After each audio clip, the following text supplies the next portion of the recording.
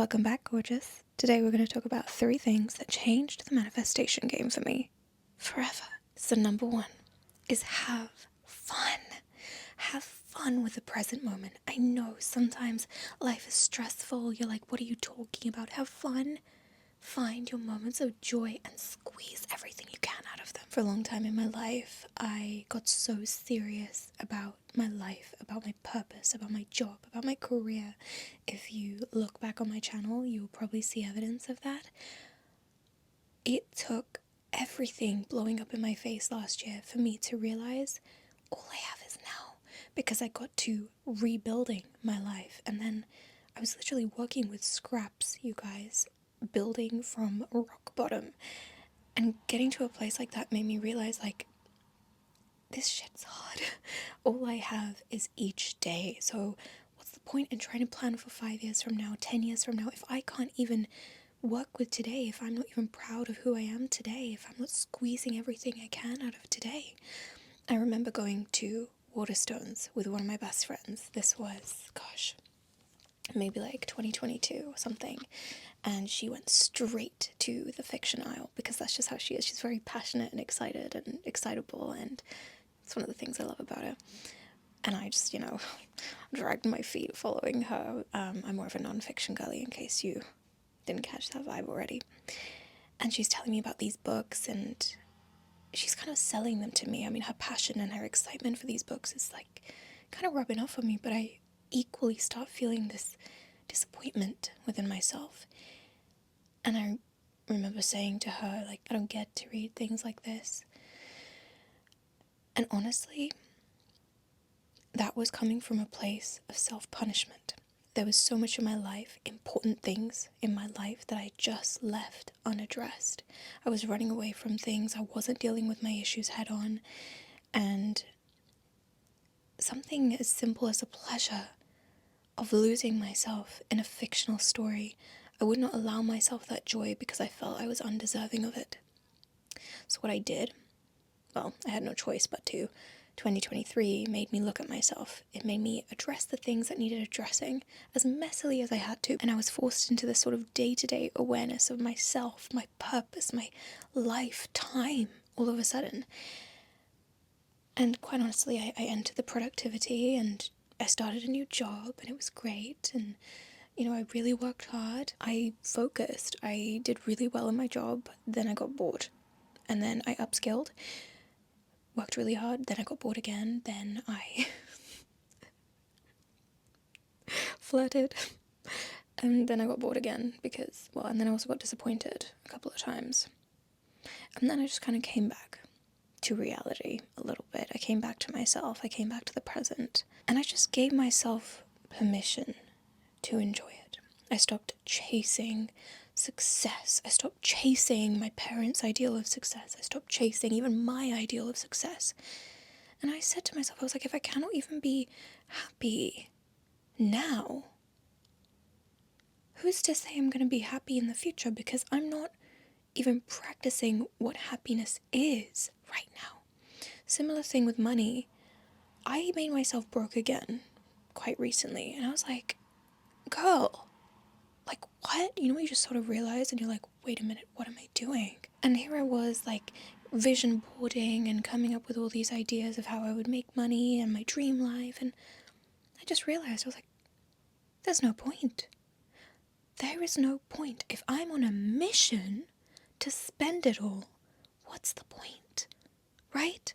If I disrespect my money, if I keep treating it like this, whether I'm making 200 a month or 200,000 a month, like, share, comment, and subscribe. If I choose to disrespect my money, if I choose to not see the value in it and treat it with discipline, then what's the point? What's the point, right? And so I really started to look at the present and making the most of it, and literally, quite honestly, showing up as her, because she would not be frittering her money about left, right, and centre without any sense of responsibility. And she would equally be able to practice the art of being present and grateful for the person standing right in front of her. So, in conjunction with my boredom and my refusal to look at my issues, I also failed like a hell of a lot in life, like with different things. If you guys follow my Unfiltered channel, you know what I mean. And stayed in denial about what it is that I actually wanted. The more you bury your head in the sand, the less you'll be able to see your present day. Take your head out, you're not a freaking ostrich. Listen, when you address what needs to be addressed and you stop like absorbing everybody else's opinions of what you should be and what you should do, and even your own like negative voices, and you just let yourself be as you are, imperfectly in this moment, everything opens up. Everything. Do you ever just feel like tightness? Tightness in your throat, tightness in your chest, tightness in your stomach, like you're getting cramps or something. Like, babe, for what? Like, chill for a sec. We work ourselves up over things. Like, we came here to progress, yes, absolutely, and there are stresses that you can't avoid, you know, and some of us even thrive in stress, but at times that's questionable. Like, that's coming from a place of trauma at times.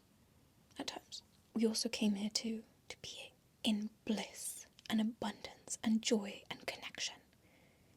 It's an art. Learn it. Practice it. Stop worrying for a second. I know it's easier said than done, but just calm down. Let yourself take the good in the person in front of you and have a laugh with them. If they're fucking annoying, they're fucking annoying. They're gonna be one of those side characters in your goddamn story.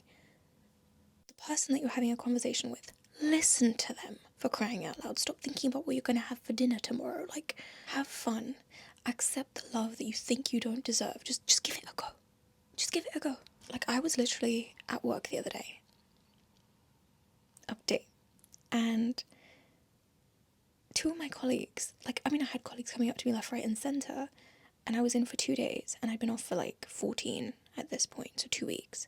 And I had people coming up to me, I had people saying hello, asking me how I'd been. I was like, what? What? And you know what? I need to go to therapy a little bit for this, because where I grew up, I felt very rejected. There weren't many people of colour growing up where I was growing up, and, you know, I think by the time it was my sister's generation, it was a little bit different, but I don't know if, like, that much. We'd have to talk to her. I can't speak on her behalf, but I really, struggled with feeling rejected a lot growing up. I never felt like I fit in. I never felt wanted. And all of a sudden I'm here and people are wanting to talk to me, and I was getting all this imposter syndrome, like, but they're going to leave, right? Like, after 3 minutes, they're going to leave. They're going to get bored. They're going to realize I'm not all that. They're going to go. Because I have this, yeah.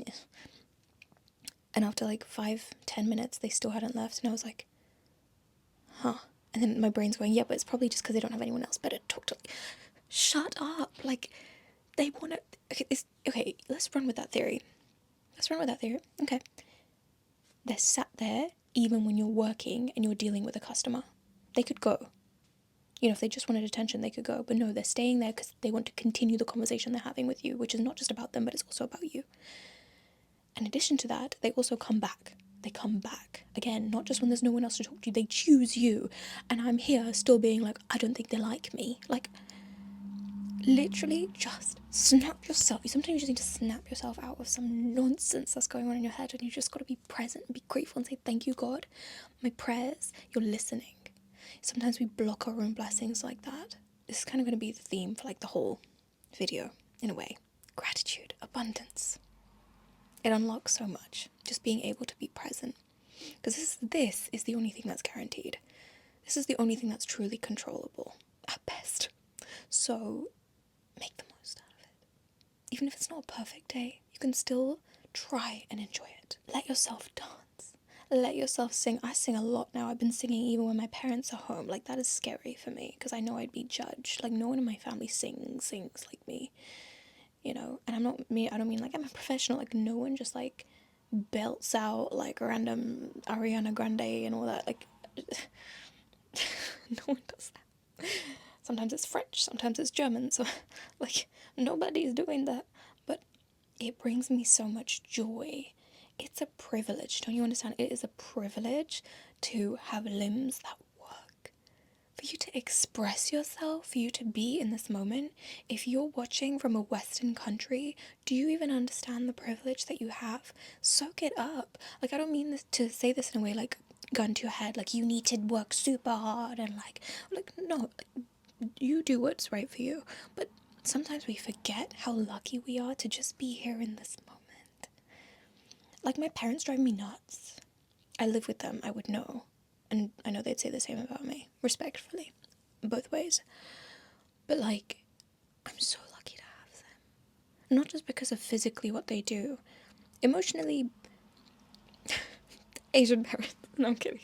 Emotionally, they're not bad. They're not bad. I'll give them that. They're not bad. They're far better than a lot of Asian parents, and that's, that's good.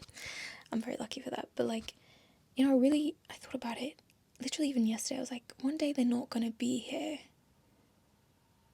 I realized how much I would miss them. Like, and sometimes I have these realizations. It's not just like I just realized yesterday. Like, don't worry. Like, I'm not that slow.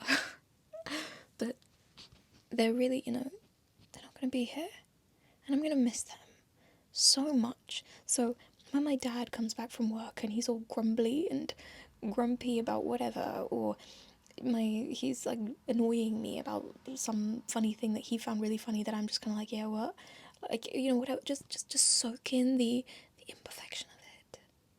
There's a guy at work, he's an older gentleman, and his humor is very slow. Like, I'm not saying I'm the biggest comedy queen out here, because I'm certainly not, but like, his humor, I don't it's interesting. But even that is so charming, because that's what makes him him, and he's so kind and warm and genuine, and I love that about him. And I have another colleague. She's such a character. All she does is complain. You give her anything. You give her joy, she will turn it into misery. That's the same. So a lot of people, like, they don't really like her. And I get it, each to their own. But she has such a good heart, and she's very sensitive. And so it means that she really feels like the downsides of things, and she does see that a lot. But at the same time, she's very kind. She's very kind. And I value that. And I really like that about her. She's just hilarious. Like, you'll be like, oh, it's not that big a deal. And she'll just be like, it's the end of the fucking world. And she fucking means it. Like, she deserves comedy queen title. But like, really just look at people, not to like stereotype them or characterize or whatever, caricaturize them, or like reduce them or anything. No, but just sometimes you just zoom out and you'd be like, makes all sorts, or it takes all sorts to make the world go round. Do you see what I mean? Like, once you learn to sort of like detach and just be like, okay, you just do you, babes. Like, I'm not interested. I don't want to be like you. Like, these are more lighter examples. Sometimes I see people, I'm like, what the... Like, there's another go. Why am I just bitching? Well, I'm not really bitching about my colleagues. I have another colleague. I prefer to keep my distance just because of how she deals with things. Like, she just keeps going on. She doesn't shut up, and there's always a problem.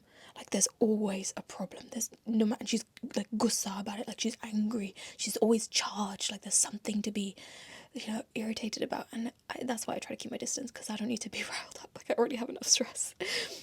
But like, even that is funny. Like, characters. And when you look at it like that, like, God placed me in this time with these crazy people. Take it. Like, I'll learn. I'll take the good. One day, like, when I'm an old lady, if I have the privilege of having my memory, or even being an old lady, these will be the things that I look back on, And so I just soak it all in. The second thing is the I get to mindset. Again, it's kind of like tagging on from the last thing, but it's just that you get to be here. Sometimes when you wake up, you're like, oh, I have to, blah, blah, blah. And yeah. But if you flip it and you say, I get to, it really changes things. Obviously, I can't take the credit for this. This is something that's out there. But truly, it has helped me in the past. I've had some, like, seriously sour days in the past, where it's just, like, constant negative noise, or I've let myself down so much throughout the day. And I'm just starting to enter a spiral. But I literally just start to take the good. It's just gratitude. It's just gratitude. Like, right now, it's 9:30 at night. I'm fucking tired. I'm on my second Red Bull. Who knows if sleep is gonna happen tonight, you know what I mean? But I just said, Michael, work in the imperfect conditions. Like, my dad is sleeping in the other room. He's unwell. I don't want to wake him up. Poor guy. Like, he has been working so hard. I don't want to wake him up. I'm like worried that I'm going to wake him up, that my shuffling about the house is going to wake him up. But I'm like, you just do your best. He's giving you your space. You're tired as hell, and I've got a bunch of stuff to do. But it's like, you just take the good. Take the good. Even my friend, my best friend, that same best friend I was talking about, bless her heart, I was going to meet her in London the other day, and I said to her, I was like, caffeine will be needed. I don't drop hints, okay? Like, I don't. I'm not that, like, I'm very direct. Like, if I want something, and I'm not very good at receiving, like, that's something I need to work on. It's kind of ironic, given all my Queen videos. Like, listen, baby, we can all be a work in progress. I'm pulling out my hair with this goddamn ring. No wonder why my carpet has carpet. My jewelry is here to sabotage me. You know, I said, like, I'm on my way, yada yada, like, but caffeine will be needed. I'm thinking in my head, coffee is giving me stomach aches nowadays. The last thing I want is to be with my friend, not be able to be present because I've got a fucking stomach ache. I'm gonna go grab a Red Bull from the M&S that I know is at London Waterloo. I get there. Keep in mind, I've been dieting, right? So, like, no sugar in my coffee. Haven't been going near oat milk because my mom was like, that's all carbs. So I'm just like, okay, fine, mom, whatever, chill. Like, I'll take almond milk instead, right? My bestie, bless her heart, she shows up. She's got a coffee in her hand. I'm like, girl, what? She's like, it's for you. I'm like, what? She's like, it's a vanilla oat latte. I'm like, huh? She was like, I heard you say this on the phone like 2 years ago, and I remembered it, and I got it for you. And I'm like, my panic brain, because I'm like OCD and really weird about gifts and like receiving and like love languages and like paranoid, it's a trauma thing. Okay, it's a trauma thing. But my sister told me like, because I really was like just not in a good place on my birthday. I just acted like a brat, and she said, Micah, you need to learn to just accept gifts. Like, it's not about you, sometimes it's just about the other person. And I just kept that in my head, and I was like, Micah, be kind. Like, don't start coming out with all your insecurities and crap about how you're on a diet. Take it, be grateful, be gracious. And I took it, and yeah, okay, I had a bit of a stomach ache, but like, I have a best friend who's so beautifully psychotic that she remembers my coffee order from 2 years ago.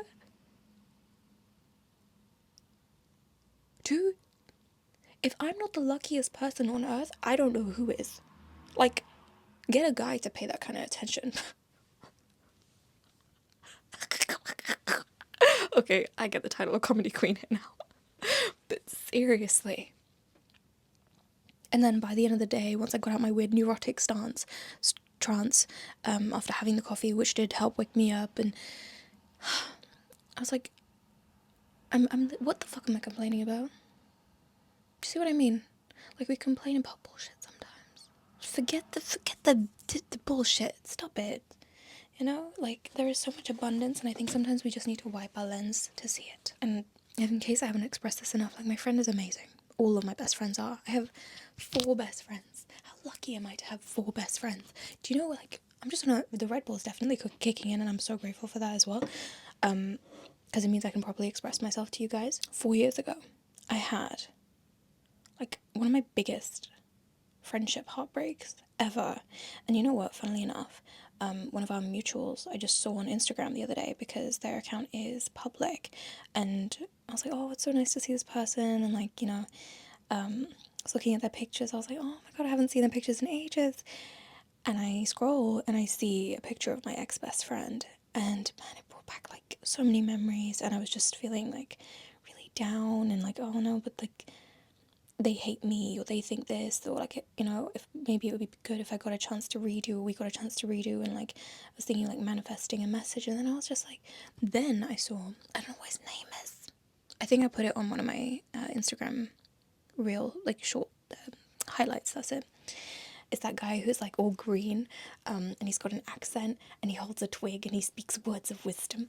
But on his Instagram, he said something about like, if you're not hated by a few people in this world, then you're not being yourself enough. Like, something along the lines of that. And it was exactly what I needed to see to kind of snap me back into reality, which is like, so what if she hates you? Like, that's a reflection of who I was then. And I wasn't a fan of her behavior either. And maybe she's changed. Maybe if we met, we could forgive each other. But would we want to be friends? Does it even matter? And that's not actually even my dominant state. My dominant state is just sincere gratitude for my 4 best friends that I have now. Because I was thinking, I was just, in the shower like an hour or so ago. Actually, that's a lie. That was like 2 hours ago. And I was thinking about my friends. Because, I just get shower thoughts. You would know if you follow my other channel, subscribe, that's a threat. I was thinking about my friends and I was like, what do they all have in common? Because, friends are an expression of you. And I was like, each one of them is so kind. Each one of them has sensitivity and warmth within them, which I love. And I am so grateful for that. And I'm like, why would I want people around me that aren't like that? I don't. I think it's truly like, you can have 100 friends, and it's not about, you can have 100 friends versus one friend, the one friend is better. No, it's the quality. It's the quality, because that's what makes you feel abundant. My friendships are so enriching. I'm rambling, but it's so relevant and important for me to touch on, because sometimes we don't even realize the abundance that is right there in front of us. If you don't like who your friends are, get new friends. Or get rid of these ones. You can feel more abundant with one good friend than you can with 10 shitty ones. I think, other people have said that. It sucks, that my friendship in 2020 broke up the way that it did, because we'd been best friends for 7 years. And when you're a teenager or in your young 20s, that's a long amount of time. Those are your developmental years. We had the same birthday, so we really thought we were like twins. We really went through a lot together. She was like my number one. And after that, I swore to myself, I'm never going to put so much on one person. I'm never going to put anyone, give anyone the pressure of best friend, and you have to be this way, and you must, because I used to do that as well. And that's where I went wrong. Part of where I went wrong. And so it's a privilege, that I was in that position, because it made me realize stuff. It made me realize how to be a better friend. And it made me attract people that were more in alignment with me and the woman that I wanted to become. And I look at the people I have now in my life, and the 4 best friends I talk about, one of them I met in 2017. So she, out of all 4 of them, I met her first. And we weren't besties from the start, not at all. But we grew to be, and it was something we developed together, and we've learned so much and matured so much. And we recently texted each other, and how it's just so beautiful to see each other's growth. I mean, I'm PMSing, so I don't want to cry, but what more do you need? I'm just thinking who I met next. Next friend, 2019, my ex, actually. If you don't understand the backstory, then you'll probably be like, what? No, but sincerely. And, obviously, ex, our relationship has evolved a lot. But it's the type of relationship, touch wood, where it's I got you. You got me. We understand and know each other through and through, which is also why we understand we're way better off as friends. But it's the type of thing where it's we don't have to ever explain. We just yeah, I accept you. I accept you, and I'm there for you. Let's have a chuckle, let's have a catch up. But I'm that thing where it's always we always wish each other well, and that's been cultivated, and none of this stuff has been seamless, just to be clear. Obviously, a friendship with an ex, the first friend that I was talking about, we went there was a good period, 6 or so months where we didn't talk because we disagreed about something, and we had to come back together. The next friend, 2020, my first K-pop competition at uni. Again, a friendship it started off quite, I guess, somewhat surface level, with lots of giddy laughs and, just connecting over silly things. And then it developed, and it grew roots. It grew this beautiful depth to it, where we now understand each other, and we don't have to talk every day. We get our differences, and it's just so fun, and it's both. It's not only is it fun, but it's also deep, and we understand each other, and we go through things together, and we can listen to each other. And again, we've had a few spats, we're like sisters.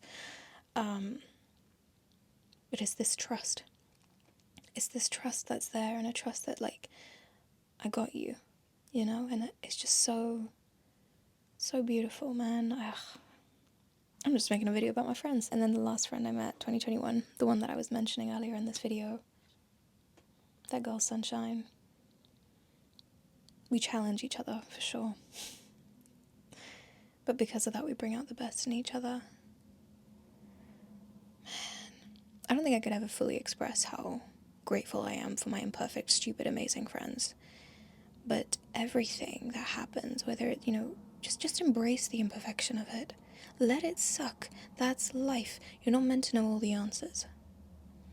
I've truly rambled enough, but take the good. Take the good, and you'll start to see your life flourish before you. The last thing is affirmations. I am XYZ, they are etc. on a loop. Everything, you gotta flip it to be in your favor, baby. The thing is, though, I think this will be a natural byproduct of the first two steps. Because once you learn to be present and you just learn to be grateful for where you are, I can't even, we're speaking about friends, I don't know where we'll be 5 years from now, 10, 20. I've seen my mum's friendships evolve when you have kids, or you get married, or move country, it affects it. But for where I am now, my God, am I lucky? 24, and to have 4 quality people that I can call my best friends. I mean, what? Younger me could never, right? But the confidence that this gratitude and presence gives you, it hits deep, it hits on another level, that these affirmations of who you are and what you're capable of attracting just end up being a byproduct of it. You end up being magnetic because you're not overly stressing the unknown. You could literally die at the end of today. Thank you for watching me, spending your precious time with me. But you could, right? So do you really want to be stressing, ridiculously stressing about tomorrow? It doesn't mean, I'm not telling you to not revise for your exam, or to not plan anything, or to not look forward to things, but do so in moderation. And when you do that, when you come back to what you've got in front of you, as gritty as it is, that's when you'll find real joy. You'll become a real magnet for whatever it is that you wish to attract. Truly, you will kind of just be stating facts, like the little sprinkles on a cupcake, the cupcake being your joy, right? So my life right now, like I said, rebuilding. Last year my life blew up in my face. 2023, mostly September 2023. That was just the biggest, what the hell am I doing in my life? What am I doing? And now it's been a year and 2 months, and I've come a long way. My character, wow, not in a way to be oh yeah, I'm so amazing, but I'm pretty amazing. Not everyone could have handled what I handled the way that I did, and that's okay, but still, kudos to me. I did a good job. I did a really fucking good job.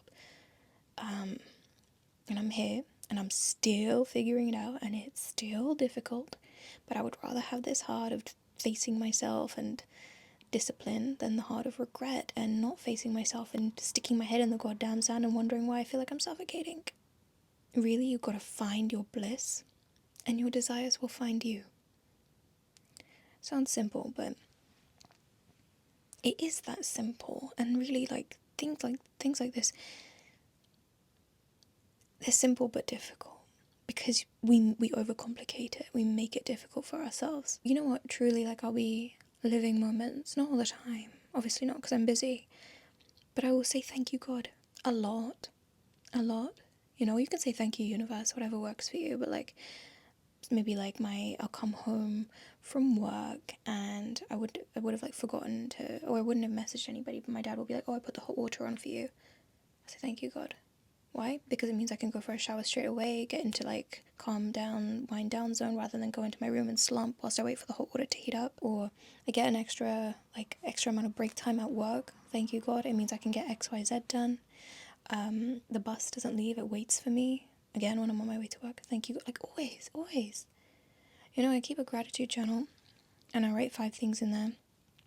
And some days I miss, but for the most part, this is a habit I've maintained since June of last year. Your girl has kept a positive habit, for the majority of the past, year and a half. Can you imagine? Me.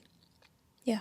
It's because it's so grounding that even in your worst of times, if you can find 5 things to be grateful for, you'll be a magnet, no problem. You'll come out of that slump real quick because you're seeing the good. And when you see good, good sees you and it comes to you. the thing is, of course, yes, I have this formal practice, but even without that, I'm always saying thank you. Always. God reminded me I need to charge XYZ so that it's not without battery tomorrow. Thank you. Whatever it is, thank you. Always thank you. You know, stay in that. A lot of us, we're like entering negative spirals, or we're scrolling and then we're just feeling some certain negative way about ourselves. Baby, what's the good? Find the good. It's a skill. And when you start to practice that, that's when you empower yourself, and then you become powerful. Well, not just, you've always been powerful, but the good stuff starts to find you. Like, for example, there's this guy that I'm talking to right now. He's fine.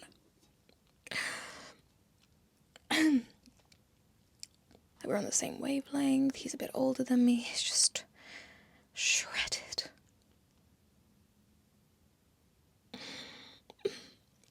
Just beautiful, you know? And I would not have all these incredible experiences if it weren't for my glow. I have a little glow. It's not just highlight and a ring light. It's who I am and who I'm becoming, and I'm so proud of that, and it shows. You don't need to be perfect to be attractive. You don't need to be perfect to have a glow. And you certainly don't need to be perfect to be magnetic. You just need to be able to be present and say thank you for the good that you have today. That's it, guys. I have definitely gone on for way too long, but thank you so much for watching. If you watched all the way through especially, I'm grateful for you too. That's it for now, and I'll see you in the next one. Oh, wait. Little savage moment. We have to show her off because style is Stilo, darling. Go follow my Instagram. It is down in the comments. No, description below.